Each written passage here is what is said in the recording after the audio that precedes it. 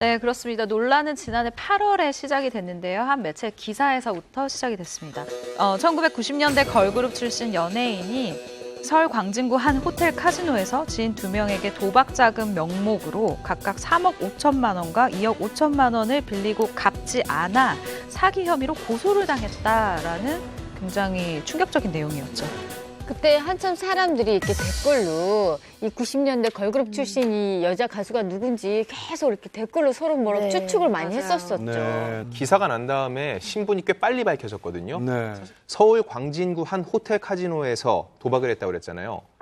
내국인들은 못 들어가죠. 예. 결국은 해외파란 얘기였고 사실 90년대 걸그룹이 참 많아요. 그때는 걸그룹 전성시대였어요. 네. 그러다 보니까는 대표적으로 미국 쪽, 괌 쪽에서 살았었던 유진 씨, 일본 쪽에서 활동했던 슈 씨의 이름이 자연스럽게 올라왔고 유진 씨의 이름이 검색어에 먼저 올라왔어요. 그러다 보니까는 유진 씨 쪽에서 더 이게 아니라고 적극적으로 해명을 했죠. 그러면서 슈 씨가 되게 빨리 신분이 드러난 그런 사건이었어요. 그렇군요. 예. 아무래도 이제 외국 국적 출신이야지만 들어갈 수 있는 네. 카지노니까. 예. 뭐 슈씨 같은 경우는 요정 이미지에서 그다음에 쌍둥이 엄마로서 대중들에게 정말 사랑을 받았는데 네. 도박 사건에 연루되면서 많은 충격을 줬지 않습니까?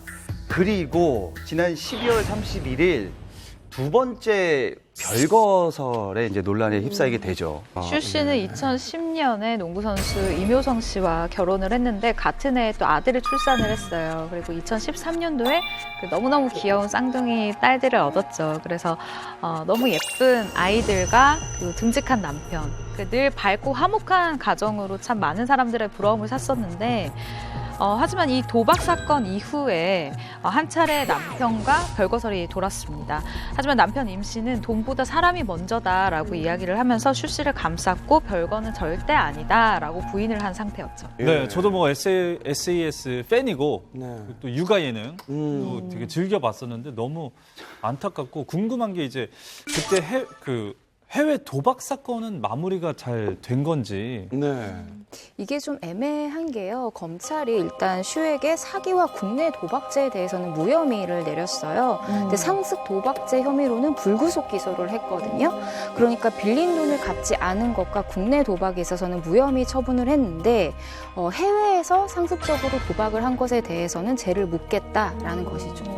검찰에 따르면은 슈씨 같은 경우는 2016년 8월부터 2018년 5월까지 이 마카오 등 해외에서 수차례 이 도박을 한 혐의로 상습 도박 혐의가 있는데 이 금액이 무려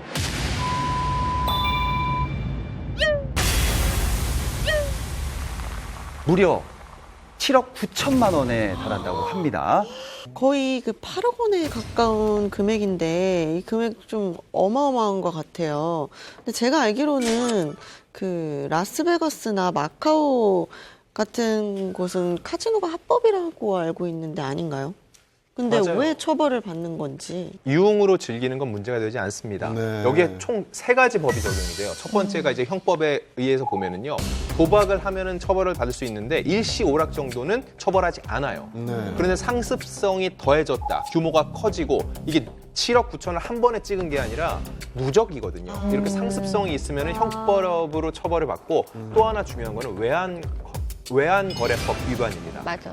다들 해외 나가보셨죠? 거기에 쓰잖아요. 외화 얼마. 만부 이상 만부 가지고 이상 나가시는 신고하라. 들어올 때도 마찬가지고. 그게 뭐냐면은 분명히 그 이상 본인이 근데 신고 안 한다고요. 대부분 사람들이 그 돈을 가지고 나가지도 않고.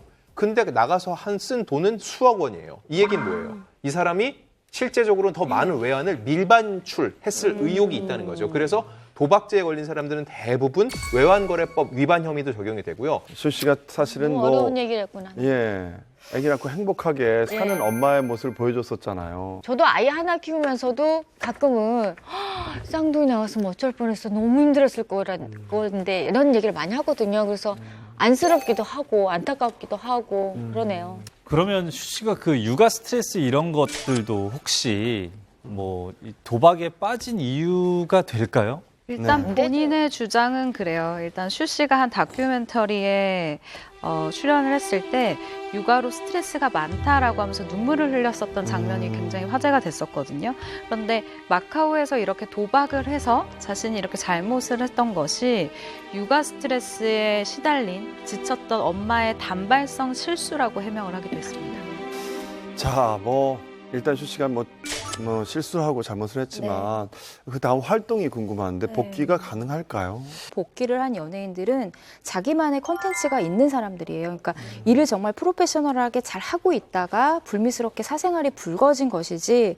근데 슈 같은 경우는 일단 SES가 재결합되기는 했지만 약간 복고라는 그 반짝 열풍에 탑승한 것이었고 또 예능 프로그램에도 출연하긴 했지만 자녀 때문에 출연했던 거였잖아요. 그러니까 본인의 예능 기반이 아니었기 때문에 복귀는 좀 어려울 것으로 전망이 됩니다. 아, 그래요. 사실 슈 씨 외에도 많은 아이돌 그룹의 멤버들이 이 도박 사건에 연루됐었죠. 예. 네, 맞습니다. 안타까운 일이에요. 일단 뭐 90년대 중후반을 이제 가요계를 보면은 이 아이돌의 르네상스 시대다라고 좀 얘기할 수 있는데 네. 이때 당시 뭐 H.O.T, 제키, 뭐 G.O.D, 시나, NRG 뭐 많은 분들이 인기를 끌었단 말이에요. 네. 근데 이들 중에 일부 멤버가 도박 사건에 이제 연루가 됐었죠. 자, 먼저 그 H.O.T의 멤버 토니 안 씨는요, 사설 스포츠 토토 도박 혐의로 조사를 받은 뒤 재판에 넘겨져 징역 6개월의 집행유예 1년을 선고받았습니다. 그리고 이제 신화 멤버 앤디도 스포츠 토토에 연루되면서 약식 기소가 됐었고요. 자, 그리고 신화의 멤버죠. 이제 메인 보컬 신혜성 씨도 지난 2007년 7월부터 2008년 4월까지 마카오 카지노에서 1억 4천여만 원의 상당의 도박을 한 혐의로 벌금형을 선고받았고요. 또 NRG의 보컬이죠. 이성진 씨 역시 도박 및 사기 혐의 등으로 징역 1년 그리고 집행유예 2년, 벌금 500만 원을 선고받았습니다. 유독 아이돌들이 이렇게 도박에 엄청 많이 빠지는 것 같은데 그냥 생각해보면 아이돌이랑 도박이랑 전혀 연관이 없어 보이는데 이렇게 빠지게 된 특별한 이유가 있나요? 심리적 불안도 있고 사실은 정말 경제적 불안이 굉장히 큽니다. 그래서 사실 연예인이라는 직업이 겉으로는 화려하지만 그 특성상 남들이 하는 그 평범한 취미를 갖기도 어렵고 다른 사람하고 어울리기도 힘드니까 어디 이렇게 좀 도박이라든가 뭐 남들이 좀 남들 눈에서 피해서 뭔가를 즐길 수 있는 거리들을 좀 찾는 경우가 있어서 도박의 유혹에 빠지는 경우가 좀 있고 아니면 또 뭐 좀 남아 있는 그 재산들을 사업에 투자했다가 날리는 경우도 꽤 많이 있고 그렇습니다. 자, SS의 슈에 이어서 최근에 논란의 중심이 된 90년대 아이돌이 또 있죠. 네, 계속해서 논란을 일으키고 있는데 바로 90년대 최고의 아이돌 잭스키스의 멤버 강성훈 씨입니다. 잭스키스는 90년대 후반에 H.O.T와 정말 인기 쌍벽을 이루면서 아이돌 돌풍을 일으킨 팀이다라고 설명을 하고 싶은데요. 3년이라는 비교적 짧은 활동 기간에 비해서 엄청나게 많은 히트곡을 냈고 또 줄곧 정상권에 있었습니다. 또 다수의 음악방송 1위를 차지한 것은 물론이고 98년도에는 서울 가요대상에서 대상을 수상하기도 한 그런 뭐 엄청나게 인기가 많았던 그룹이었죠. 네, 잭스키스는 3년 전이죠. 2016년 재결합해서 다시금 예전 못지않은 인기를 누렸는데요. 콘서트를 열기만 하면 매진되는 쾌거를 이뤘습니다. 근데 또 화제가 된 게 강성훈 씨가 냉동 미모라고 헤어스타일이 어떻게 하나도 안 변하고 옛날처럼 그 있잖아요. 가시 상태 그대로. 네, 그래서 굉장히 화제가 많이 됐었는데 이런 강성훈 씨한테 무슨 일이 생긴 겁니까? 이제 강성훈 씨가 JK 중심에만 서 있으면 좋았을 텐데 JK 중심이 아닌 수많은 논란의 중심에 서게 됩니다. 이 강성훈 씨의 개인 팬클럽 운영자 A 씨와의 열애설이 먼저 납니다. 이런 열애설에 이어 이번엔 국내를 넘어 해외에서까지 구설수가 납니다. 2018년 9월 대만 현지에서 강성훈이 8일과 9일 예정이던 대만 팬미팅을 일방적으로 취소해 손실을 입었다라고 밝혔는데요. 이 과정에서 보통 이렇게 해외에서 팬미팅이나 공연이 취소되면 바로 환불 조치가 이루어지거든요. 이게 제대로 이루어지지 않았던 거예요. 그래서 사기 혐의까지 휘말리게 됐습니다. 그래요. 그러니까 환불이 안 된 거는 문제가 될 수 있을 것 같은데 근데 여자친구가 팬클럽 회장인 게 이건 어떤 문제가 있나요? 팬들 팬들은 운영자랑 사귀어서 화가 난 게 아니에요. 이게 열애 문제보다는 이 팬클럽 운영진의 운영 방식에 문제가 있다라는 건데 이제 팬클럽이 진행한 해외 콘서트나 이벤트 상품 판매 과정에 문제가 있다면서 이제 사업자 등록 시점이랑 세금 문제에 대한 해명을 요구하는 것이거든요.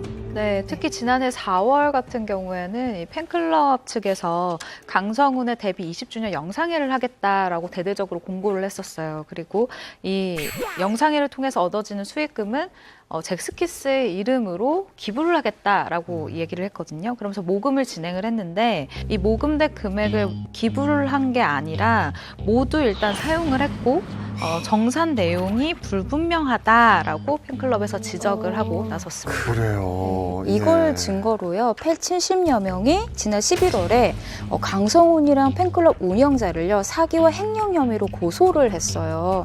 어떻게 보면 팬이 연예인을 고소한 전무후무한 예. 사건이 됐죠. 전무후무하겠네요, 정말. 연예계 생활을 한 25년 넘게 하고 있지만 네. 팬클럽에 있는 분들이 이렇게 연예인을 고소하는 거는 진짜 처음 본 것 같아요. 네. 저도 기억이 없는 것 같아요, 이런 네, 일은. 고소가 어려운 건 아니에요. 하지만 그걸 하겠다고 맘먹기까지가 하고 싶다는 마음은 있지만 정작 이걸 하기까지 고민이 굉장히 많이 되거든요. 어떤 절차도 계기가 복잡하고, 예. 계기가 딱 됐는데 제가 얼마나 볼 때는 많은 실망을 했으면 정말 팬들이 많이 화가 났구나라는 걸 알게 되더라고요. 네. 맞습니다. 논란은 여기서 그치지 않습니다. 지난해 9월 이 강성훈 씨가 전 매니저의 가택에 침입해서 폭행을 했다는 사건이 이제 알려집니다. 특히 전 매니저를 위협하는 이 영상이 SNS에 공개돼서 굉장히 충격을 줬죠. 저 매니저를 통해서 자기도 어떻게 된 일인지 해결을 위한 자초지종을 알고 싶어서 찾아갔던 것이다라는 것이 강성훈 씨의 주장이었습니다. 그래요. 사건 이후에 콘서트에는 참여를 했나요? 일단 못했죠? 논란이 되니까 소속사에서는 제키 콘서트에서 강성훈 씨가 불참한다고 밝혔고요. 네. 5명이 아닌 4명으로 치러졌습니다. 메인 보컬이거든요. 네. 그렇기 때문에 사실 어려운 점이 많았음에도 불구하고 4명이 콘서트를 마쳤습니다. 잘. 네. 최근 강성훈 씨는 어떻게 지내고 계신가요? 네, 강성훈 씨는 지난 1일 팬카페에 자신의 입장을 밝혔는데요.